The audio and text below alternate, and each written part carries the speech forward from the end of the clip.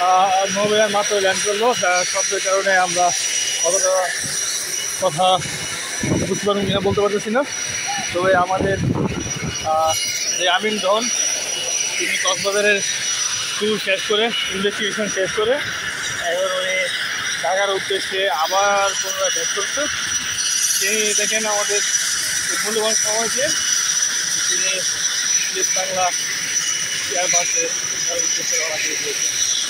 তো সর্বোপরি ওনার সেই মূল্যবান সময় এই কক্সবাজার মানুষের জন্য ব্যয় করে গেছেন, তার জন্য কক্সবাজারবাসী অবশ্যই কৃতজ্ঞ থাকবে।